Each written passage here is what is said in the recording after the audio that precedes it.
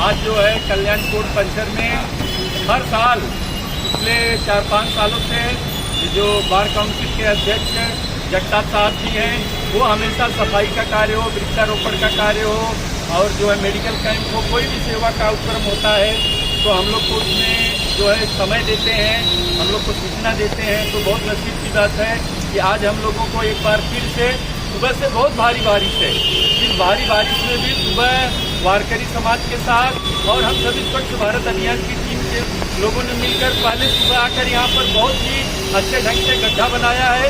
बाद में हमारे कल्याण कोट की जो एक आज प्रमुख महिला जज हैं, उनके उपस्थिति में और उनके हाथों से एक पेड़ माँ के नाम का सभी यहाँ पर महिलाओं के द्वारा और यहाँ पर हमारे जो जगताप साहब हैं उनके द्वारा मिलकर अभी ये वृक्षारोपण का सुंदर कार्य संपन्न हुआ है।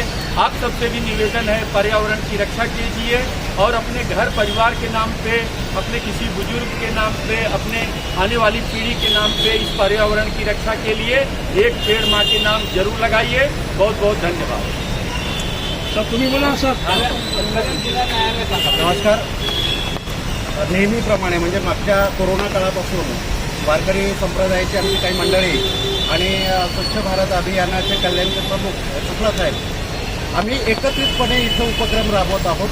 अगदी कोरोना काळामध्ये जेव्हा इथे कोणी येत नव्हतं त्यावेळेस यांना फोन करून सांगितलं की हा परिसर स्वच्छ करायचं आहे, सॅनिटायझर करायचं आहे, की ही मंडळी तात्काळ या ठिकाणी यायची आणि आजही दर 3 महिन्यातनं या ठिकाणी 100-200 एवढ्या संख्येने ही मंडळी या ठिकाणी वारकरी संप्रदायाची मंडळी आणि स्वच्छ भारत अभियानाची मंडळी या ठिकाणी येते आणि सर्व परिसर स्वच्छ करते आणि तो इथे टाकून देत नाही तर महानगरपालिकेच्या त्या विभागाला सांगून त्याचे उपायुक्तही आमच्याबरोबर या ठिकाणी झाडू मारतात किंवा या ठिकाणचा कचरा काढतात आणि तात्काळ त्या गाडीमध्ये भरून इथून त्या डम्पिंगला पाठवला जातो।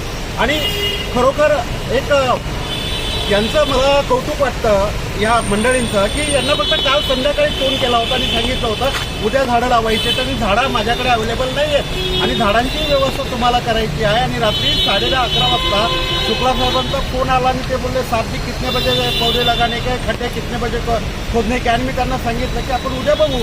नाही कल सुबह 7 बजे जाना पडेगा। आणि बरोबर 7 वाजता मी झोपेत होतो त्यावेळेस त्यांचा फोन आला, साहब जी खड्डे बन गए है।